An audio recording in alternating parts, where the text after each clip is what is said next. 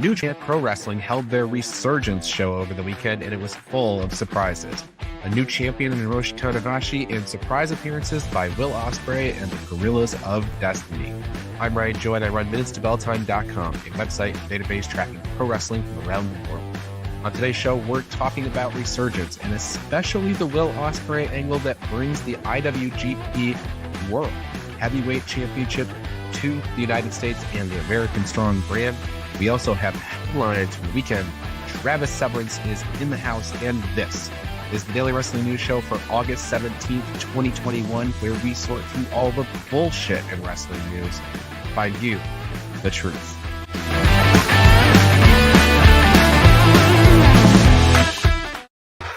Good morning, Travis. Welcome to the Daily Wrestling News Show. Thanks. It's great to be here as always on this beautiful overcast Tuesday in Rochester, New York.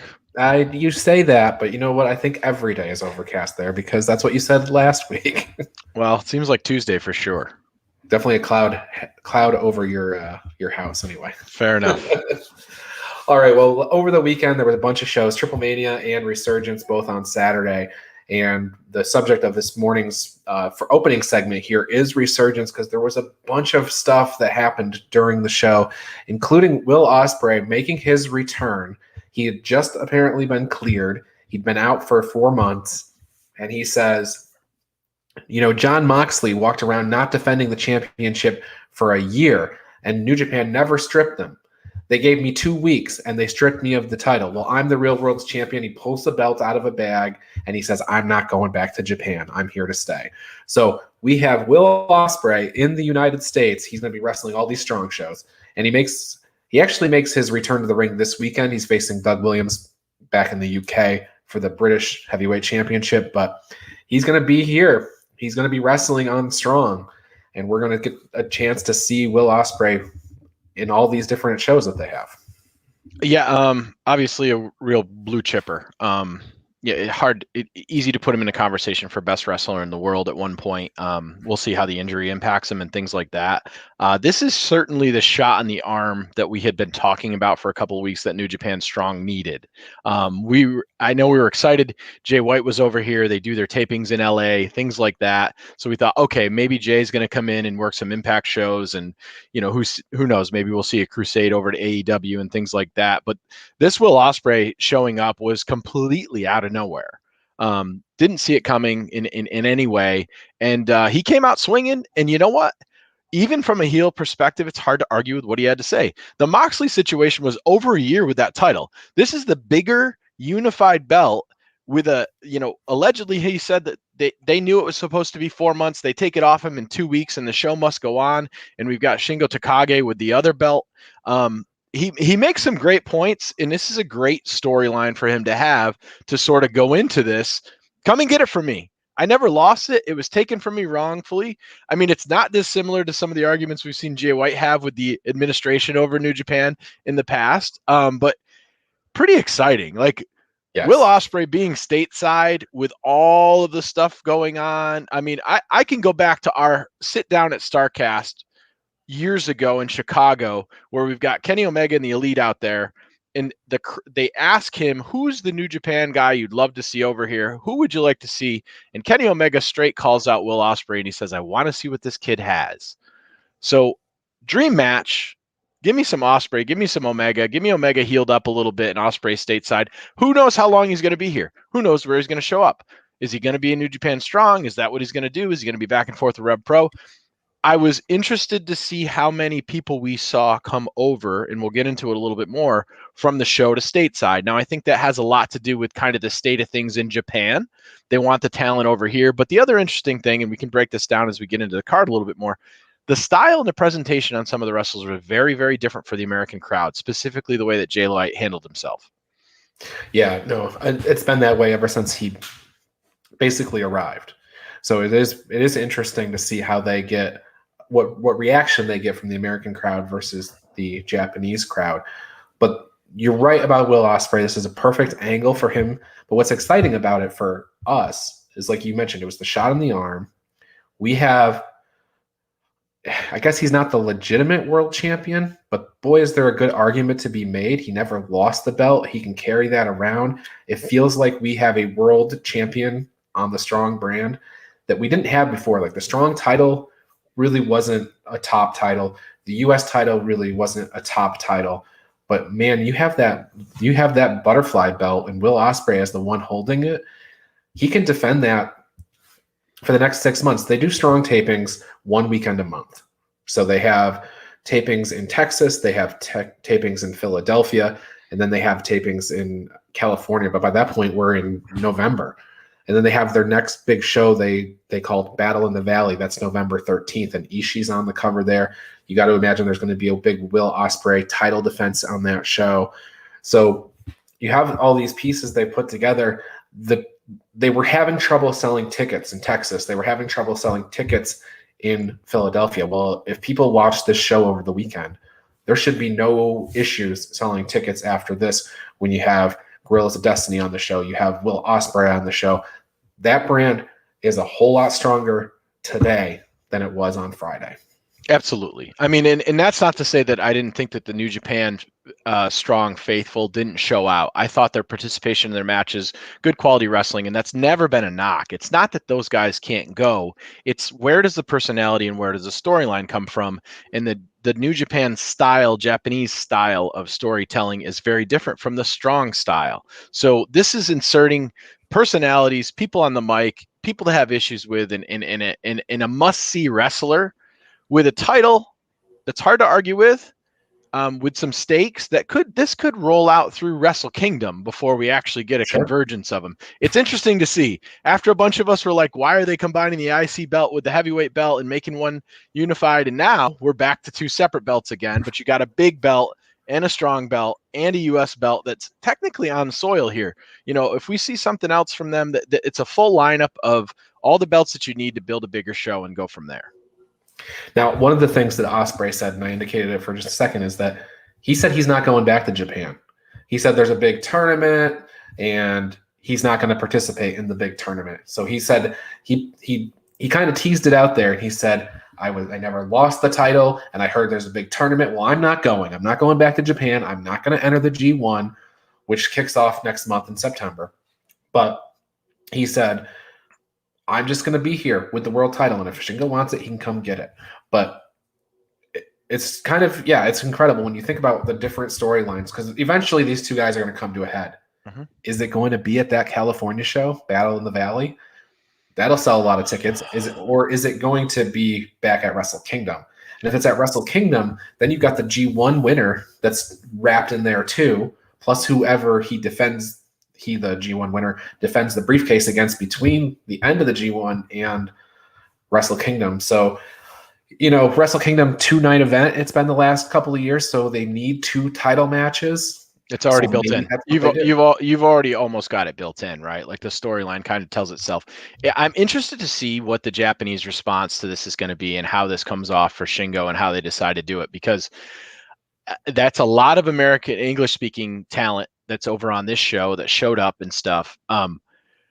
Is this potentially Will staying stateside, finishing out his New Japan deal, and then looking to stay here as well? Like, is he going to establish residency? Is he going to look to move forward with this? Is he going to try the American side of wrestling? Because it's certainly, we've seen a ton of people do it. I mean, whether it was Bryan Danielson, Kenny Omega, and here's the third in line that can go and things like that and be super successful. And obviously the money's there for those guys to do it.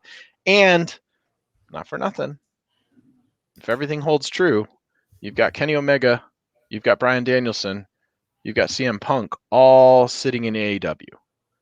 So depending on how the cooperation goes, you put Will Ospreay in a match with any of those 3 other guys, and it's lights out.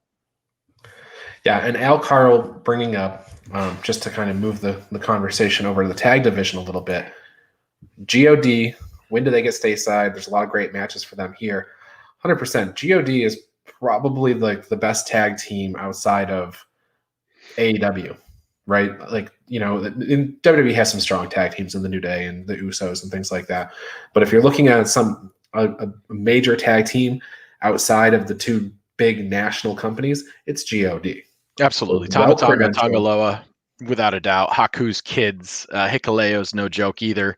That's kind of there for support from time to time. That definitely the most matches together with each other in the whole New Japan world. And man, they can chirp, they can go, they can wrestle up, they can wrestle down. We've seen it. We've seen them do it all. And there's so many strong tag teams right now that they could cooperate and they could get matches together against that it could be pretty crazy. I mean, give me God FTR, give me God Good Brothers, which is where it looks like we're headed sooner than later. And I'm interested to see. It does feel like what we're seeing is it's not NWO Wolfpack versus Black and White, because that was a schism of the top two guys breaking off and then creating their own. This is a generation 1 versus generation 2. This is more about respect. This is more about who's the aggressor, who's on top, who's on bottom. Hey, respect us. You only have the position because of us. Hey, we're just as good or better than you, and we're going to prove it. So there's a lot of story to be told there, and there's so much Bullet Club just commingled and mished in, whether it's feuds or participation or former members or previous enemies that they have that they can work with, that the story can bleed into kind of everywhere, so there's a lot of good opportunity there. So now you got Jay, you got God. That's a strong Bullet Club presence, like real Bullet Club era people, and you got Elite. That's a hell of a 3-man team too, by the way. Jay White, God, give me any 3-man combination from anywhere else, and I'll put them in the ring against those guys, and it'll be fun. Yeah, and what'll be interesting is what do they do with Wrestle Kingdom this year, and what is the New Japan of America involvement in that event, and do they do this Forbidden Door stuff and let some of these other teams come in or wrestlers come in to wrestle on Wrestle Kingdom? So do you see some of these matches that you're talking about happen over in Japan? Do they happen at AEW Revolution or Full Gear or something like that? There's a lot of options. I think it's super exciting. And, sadly for the WWE fans, they're the only ones on the outside of this, right? Like, we've seen ROH, Impact, AEW, New Japan. I guaranteed we're going to see some MLW guys as well mixed in with this stuff. So Tom Lawler. Everybody's writing their own stuff, and they're doing their own things, and they're moving forward, and they're doing things together, and they're letting different people win on different shows and so on and so forth. We've got title changes that are happening on other people's TV products and things like that. So it really is one of those things where before, the predictable was what happened. We've got belts changing all over the place, and everybody's showing each other respect. As long as they stay cooperative, anything can happen. It makes it super exciting. Now, to the inundated fan that just wants to turn the TV on to one channel and pay attention to one thing, this variety is probably going to be overwhelming, because it's like trying to keep track of characters on Game of Thrones for the first time. You've got 80 different people, and that's just an AEW, and you got another 80 coming from all the outside. So being able to keep track of these characters and stuff like that, and why is this guy important and that guy important and stuff like that, you'll get familiarized with them. And after you see their body work, you'll see the reason why these people wanted to bring these talents in to introduce them to that audience, because it's good for their product.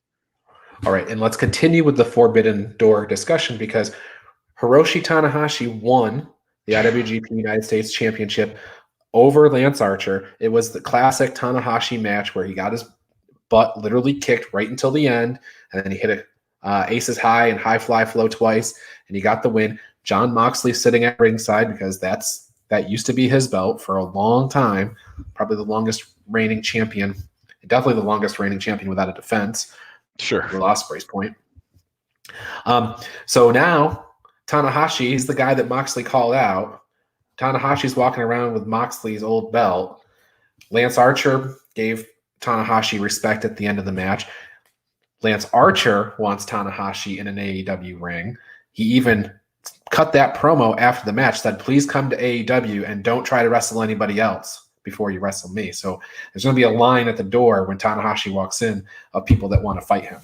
Yeah, absolutely. And those not familiar with Tanahashi, he is the Hulk Hogan, the Shawn Michaels, the Elvis of New Japan Wrestling. And he's an older guy. He's in great shape. He had a hell of a match against Lance Archer. Poor Lance Archer had the title for a hiccup again.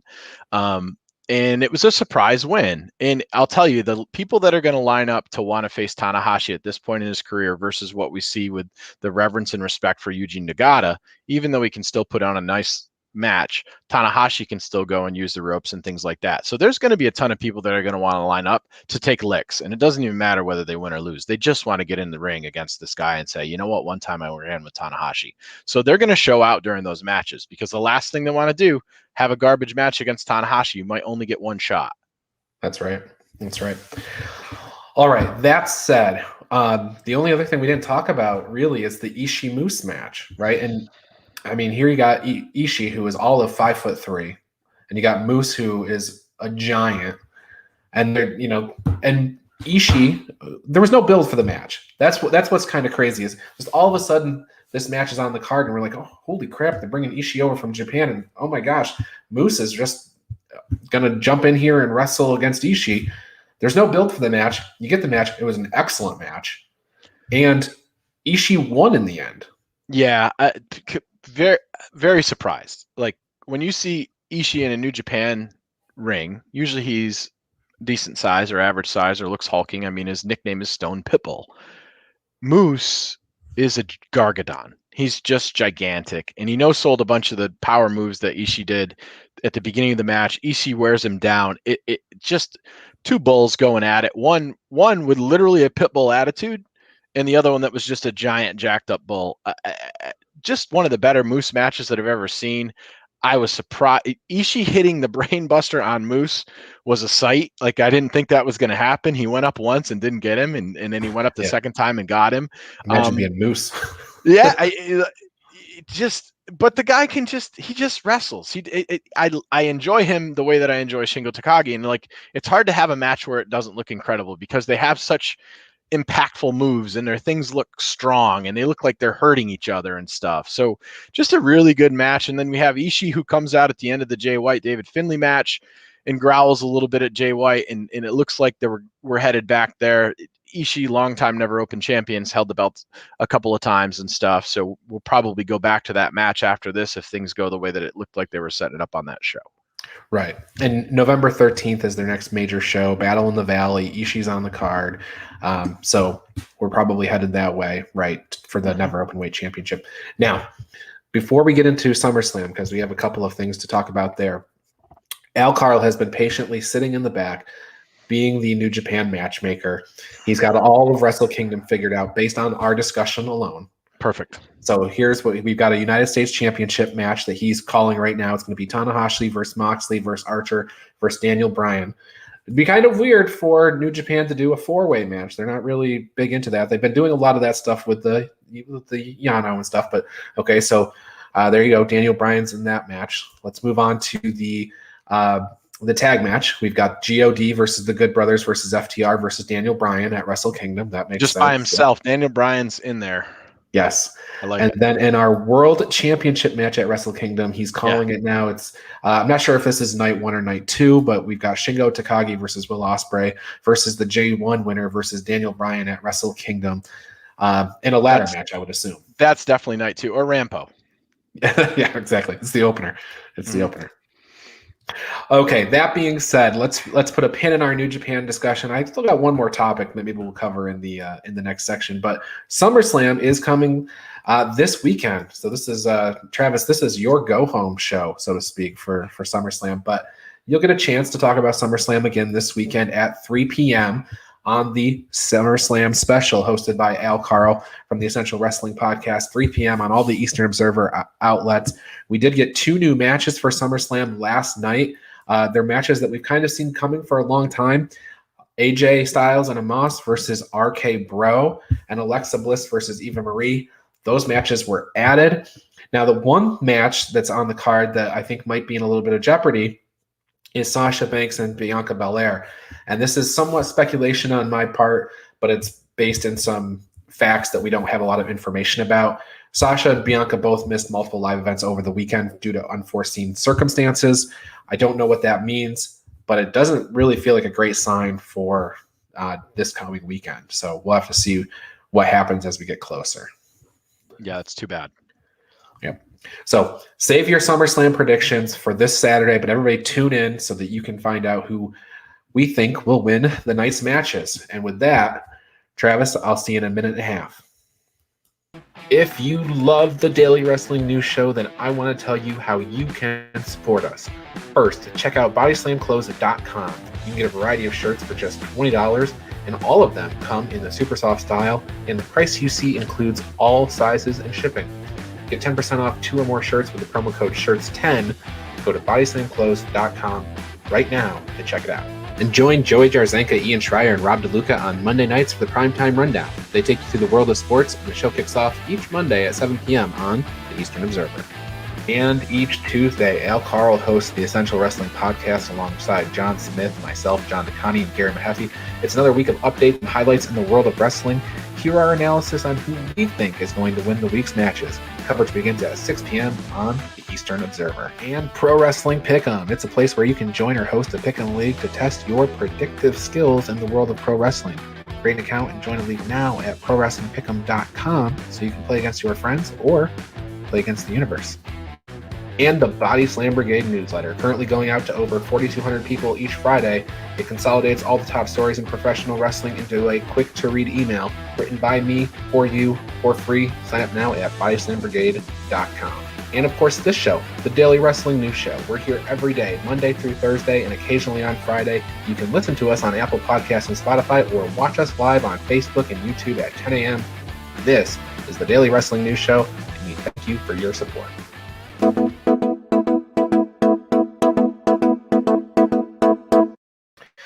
Okay, into the headlines portion of the show. And I already mentioned in the last segment that G1 Climax kicks off September 18th, runs into October before we get to the finals.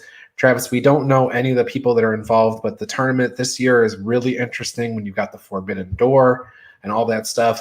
If we weren't in COVID times and there was all these restrictions about quarantining in Japan, boy, do I think this would be wide open. Yeah, I agree. I'm interested to see if we see some U.S. dates. I don't think so. Maybe They're not. back. There's not actually, because they're all announced. They're all in Japan. Okay. So, yeah. So you won't see any U.S. dates, unfortunately, this year. But that makes sense with the quarantining that New Japan requires. When Maybe they have Japan to go doesn't, back. but Sure. They'd have to take 2 weeks off between.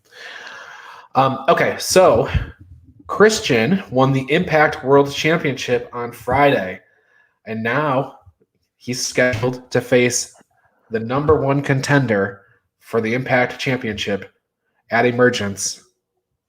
It's Brian Myers. So Brian Myers is going to be wrestling Christian at Emergence. Special start time of 7 p.m., so that way it can conclude before Rampage starts this Friday, which was smart on their part considering everybody is going to be watching Rampage on Friday.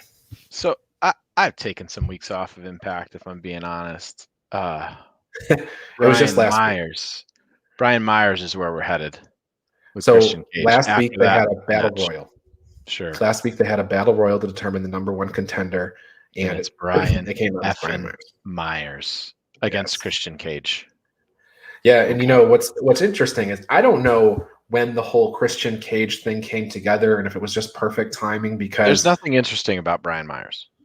Okay, but hang on. The story I think is in the Christian Cage thing, because obviously whenever they made the call that they're going to put Christian in this main event at All Out, they needed to give him something to kind of improve that match to make it more interesting. So he gets a win over Kenny Omega. That makes it interesting. But the problem when you're dealing with the Impact World Championship is that they tape so far in advance that how can they have to be careful how they do that. Well, it just so happened that Impact finished up all their tape on Thursday last week. So it was kind of perfect storm that they could go change the champion, and then Christian could go do the Impact tapings this weekend to take you another month around. So, or at least, depending on how they planned it out, I don't know if the All Out match with Omega is going to be title for title, but Omega couldn't be at those tapings because he had to go to Mexico. Right, he was AAA. Yep. Yeah. Yep. Absolutely. So, I mean, obviously smart planning on their part, and like Scott D'Amore obviously has seen Christian with that title before.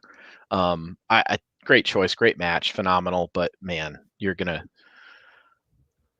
if it was a non pay-per-view Super Show match, okay, give me Well, that's what Brian it is. Myers. It's not a But pay-per-view. It is okay, great. Impact Plus special. The 9.99 one. Okay, sure. Yeah, so you get Christian comes in. He's going to get the win over Brian Myers. Maybe it'd make Brian Myers look like $1 million, but it's not one that you would think would get that spot. Now, Jeff Johnson chiming in. Christian has never had that title before. It's true. Christian that's sure was the NWA Yep. champion or NWA TNA champion, and then he was the last of that like string, and then Kurt Angle was the first TNA champion. So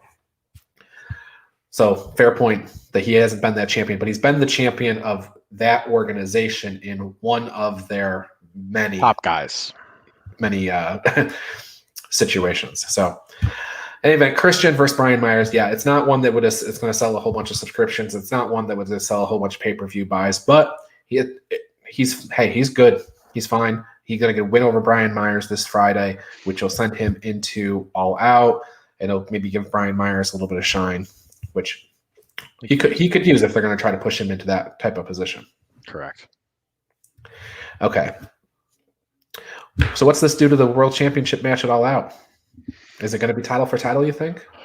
I don't know. It's weird, right? Like you would think that because he beat Kenny, there's no chance that he wins against All Out. However, AEW does some non-predictable stuff. We could see title for title. We could see some must-watch TV, folks. It's nice to have that back for wrestling. Yes. Yeah, I just don't know what they're going to do, what the plans are. It's exciting. Mm-hmm. But we spent the whole first 20 minutes of the show talking about New Japan Resurgence. AAA had a major show. It was their Bound for Glory, their WrestleMania this past weekend.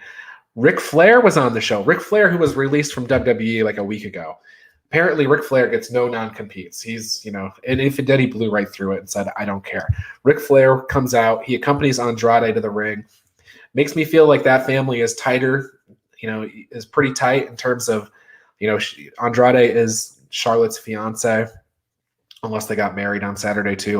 Not that I heard that or anything, but Ric Flair, he's accompanying Andrade. We may see him in AEW accompanying Andrade. It certainly looks that way. That is and Rick's not dumb. That is a massive, massive rub. That tells you how he feels about that guy as a man. And going out and making the trip to Mexico and doing that arena and getting out of the WWE thing to boost his profile, that's a big, big deal. So, like, future forward, hard for me not to think that we aren't going to see Charlotte Flair in an AEW ring at some point in time. Well, it's certainly possible. She went to Mexico, which is why she missed the Charlotte date that they had. WWE had a house show in Charlotte over the weekend, and Charlotte did not appear.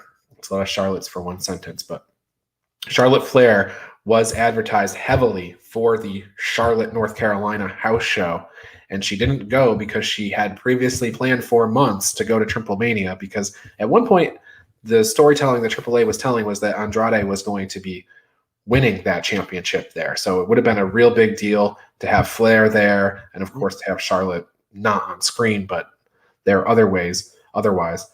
Jeff Johnson chiming in, and I have not heard this, but Jeff Johnson mentioning Flair paid his own transportation, didn't get an appearance fee, so they're speculating that it has to do with the wording of his non-compete clause. I'm just assuming he didn't have one, to be completely honest. So the other thing that happened on that show, Deonna Purrazzo won the Reinas de Reinas champion, so now she is a double champion. Yeah, it's strange to me that they've got both their top titles for their genders going to people that are working off of that program, but AAA doesn't run a lot, so like I guess those titles being dragged to the ring and on TV time has got to boost the brand to a degree. So I would have been more surprised if it had gone the other way. But double title seems a little weird. But the show on itself, the clips that I saw and stuff like that looked like a lot of fun, and that's kind of AAA's thing. Yeah, I did manage to catch most of the AAA show. Actually, the whole show except for the last match I watched. So it was a fun night.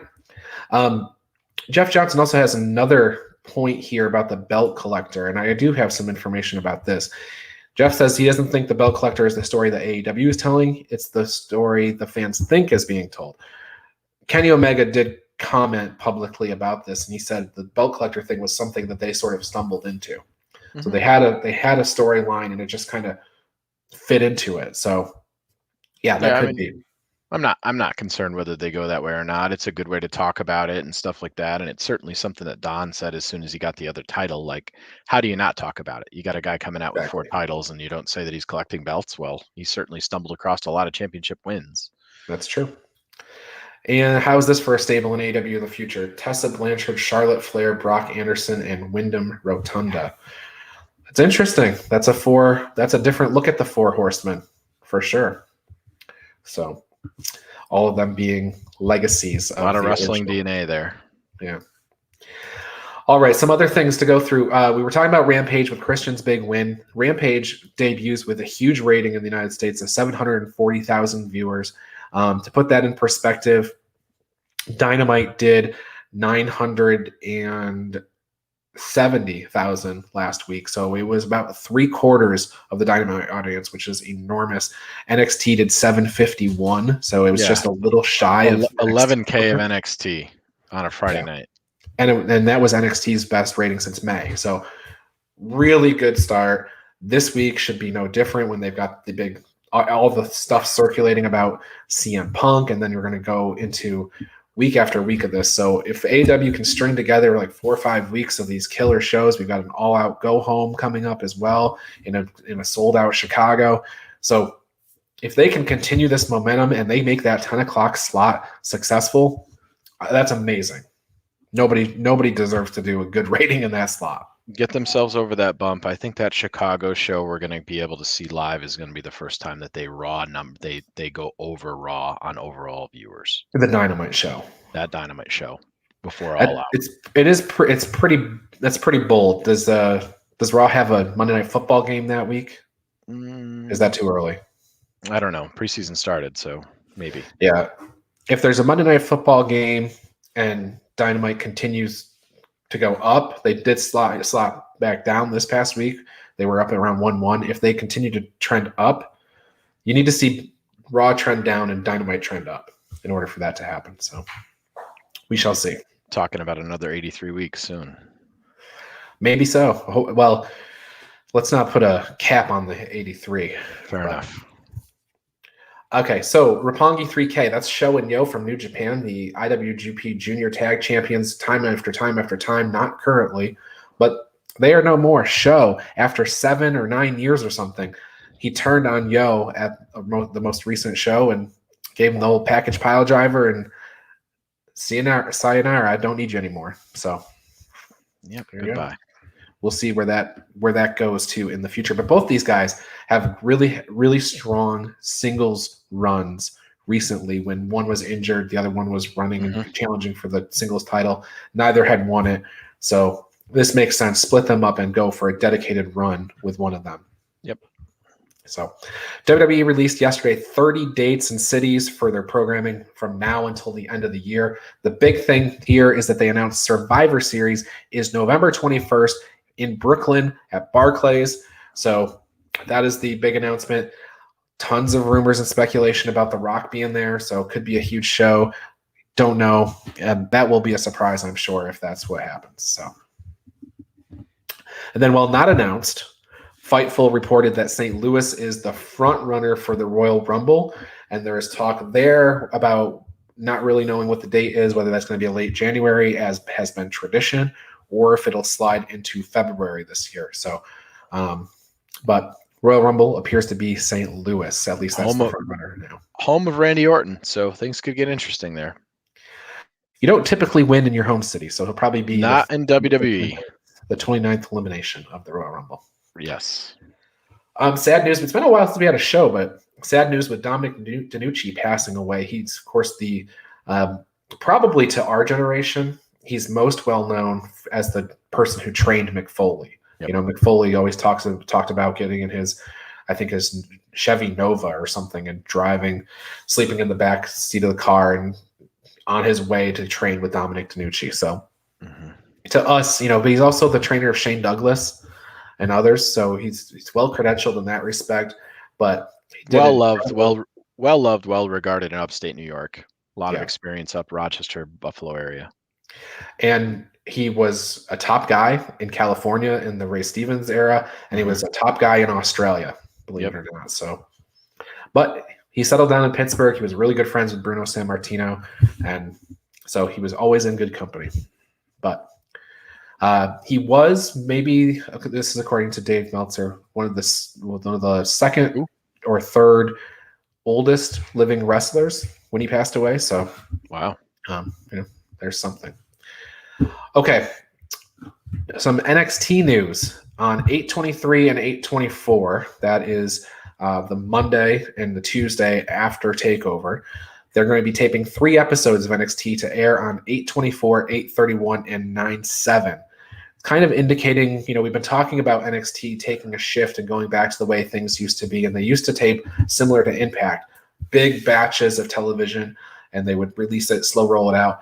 It was really good for the program because it required them to plan in advance. They couldn't hotshot anything. So from that perspective, it was really good.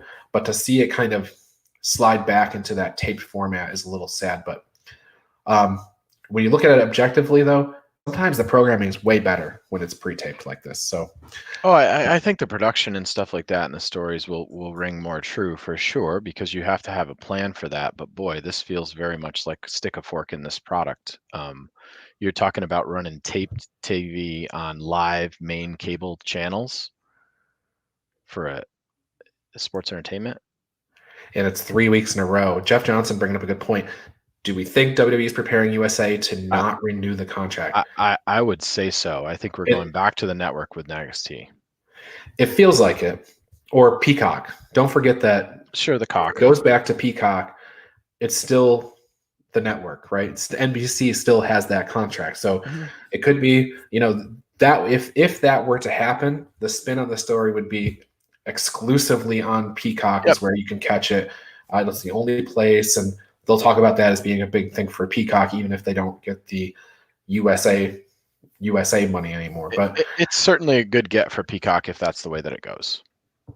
Now, the other side of it is, though, I've not heard anybody talk about that. It's certainly like when we look at that situation, you put all these different pinpoints and stuff together. Yeah, it's a possibility. It kind of feels like that, but I haven't heard that anywhere yet. So this is the only thing that I would say. If they're looking at budget cuts and they're looking at restructuring and they're looking at changing contracts and looking at talent and reconfiguring this brand and stuff like that, can you imagine a time where they decide to reverse course on this and then go back to the way that it was before? Because that's the part that I'm having the hardest time getting my head around. I don't think that's what we have live. We're going back to live shows. I think we're going to stay taped for a while.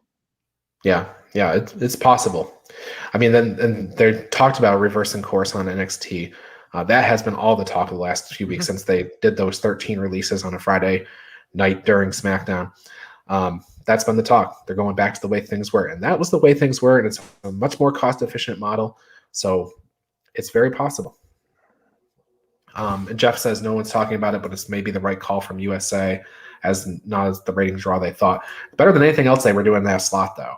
So It's just a matter of cost-benefit analysis. Are they paying too much for that rating or not? So also pertaining to those NXT releases, good news on this front of Alex Zane, which is the former Ari Sterling, and Jake Atlas both have their post WWE appearances lined up. They're going to be on the next PWG show, and those shows are killer. So awesome. And they're both veterans of that brand and that company. So glad to see them back there. And I think you won't be able to check those shows out live unless you live in proximity to PWG, because they don't do a stream and everything. You have to wait till the DVDs come out like a year later. But if you have a chance to check those out when they do, I'm sure those matches are going to be off the charts because both those guys can go. And I don't think we even scratched the surface of what they can do in WWE. I agree. Braun Strowman and Buddy Murphy, they both sent out tweets yesterday. They've got about 14 days left on their non-compete. That means they should be available around August 30th. So we'll see what happens for that, whether they show back up on WWE or whether they get – and Braun Strowman is one that we've been talking about, maybe get picked back up by WWE. Buddy Murphy, I think his options are wide open. Well, the interesting part about that 8:30 is it's a week before a certain week in Chicago. Yes, it is. Yes, it is.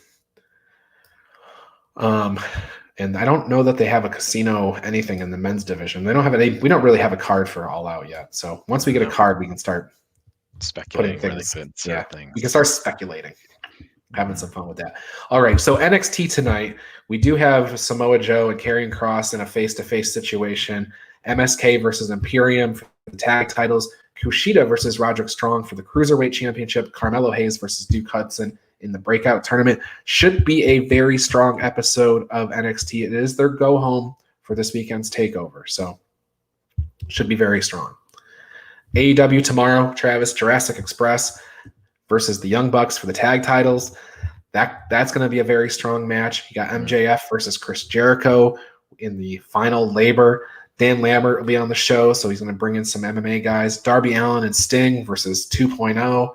And this is the first time Sting's been on TNT television in 20 years. TNT sent out a press release about that.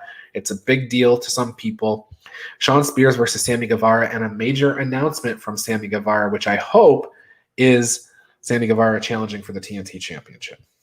Yeah, that would be very cool. I don't know, man. Like AEW programming now is starting to go back to give me like the WCW chills. Like the nostalgia of like seeing Sting and Darby in the rafters was just like a really cool take me back to like when I was really juiced on wrestling moment, and the way that they've been handling stuff and the writing and the programming has just been really, really top notch. So it's just a great place to be after kind of getting aboard this train early on and wanting to, ride the whole thing, and like seeing this thing kind of come to fruition and being enjoyable and stuff. And even when they miss, it's not awful. So pretty fortunate. Now this is a show within a show comment, but Al Carl heard a rumor going around that Charlotte Flair, Tessa Blanchard, Brock Anderson, and Wyndham Rotunda are forming the New Horsemen in AEW. Is this true? There has been some internet speculation. We haven't gotten any confirmation or anything from that, but it's certainly a possibility along the lines of a Hulk Hogan, Ric Flair AEW championship match at the next Revolution. Jeff Johnson pointing out that it feels like Dynamite is watching a show from the Monday Night Wrestling show in the 90s. Yeah, so it is comparable. You do feel that buzz every single week. So it is and it isn't, right? I think there was a time when WCW, and I don't want to go too long on this, but WCW got into this. They did get into a formulaic nature with the NWO, and NWO kind of taking things over. So while I can agree with the idea that AEW approaches this with a variety and a long storytell format, I think their storytelling length is actually better than what WCW's was. Their finishes are definitely better than what WCW's were, and they haven't played anything out, and they've got a big roster, and we don't see a ton of rematches or a ton of the same. So it's great from the variety perspective. I think that's the big thing that WCW capitalized during their run. They had a whole bunch of stuff going on. Now the difference is they didn't really lean into the cruiserweights the way they should have, which is why all of them exited and went over to WWE, and they kind of took that shine away from them. So it's similar in that it has a more edgy feel, certainly, than some of the overproduced stuff that we see on WWE, but I think the intelligence of the storytelling is a lot longer, and we don't have the gimmicky crap that we saw from Kevin Sullivan during that time. Absolutely, and that's what he meant. It's the feel. Correct. Yep. You're spot on, Jeff. Agree with you 100%. 100%. Yeah, I mean, when you had that in the 90s, there was a point in time, and it wasn't the whole time of the Monday Night War, but there was a point in time where you got to Monday night at 8 o'clock or 9 o'clock, and it was a debate in your head of which show you were going to watch. Mm-hmm. We're going to be doing the channel flipping, and it's not even that. Sometimes it was, am I going to watch this segment or this segment? Because and I mean, you don't have that because there's not the competition, but both products were so hot that was a decision you were forced into making every single week. WWE was really, really hot with Austin, and the NWO and everything with WCW and the cruiserweights in the first hour and stuff. It was good storytelling in both companies, and that is what you're getting with AEW on Wednesdays. Not to get all gushy about that. It would be super interesting for me if they decided that they were going to run Rampage back 1 hour. Yeah. I think they should establish themselves and then do that. But Jeff says they didn't have Monday Night Wars because in Canada, Nitro was on Tuesday. Well, that's fair. There's good and bad there. The good is you didn't have to make the choice. The bad is you probably knew what was happening. So, yep. It's a little easier to avoid spoilers in the 90s than it is For today. sure. But Yep. anyway, Travis, it was been a double episode of the Daily Wrestling News Show. Yeah, today. we went way long today for sure. So, I didn't have an episode yesterday because I had a scheduling snafu with the guest that was there. But tomorrow on the show, Nelio Cuomo Costa from CCW will be making his return. First time since May, I think, that he'll be on the show. So nice. I'm going to ask him about the Miami chair shortage that they had in May when they sold more tickets than they had chairs for. So ask him about what he's going to do with Kylan King. I'm interested to see that. I do plan on asking some of the situation. She was there for a recent training session, so I'll definitely ask about that. It's a good gap for him. Absolutely. Well, yeah, absolutely. All right. Well, for Travis, I'm Ryan, and we'll see you next time tomorrow.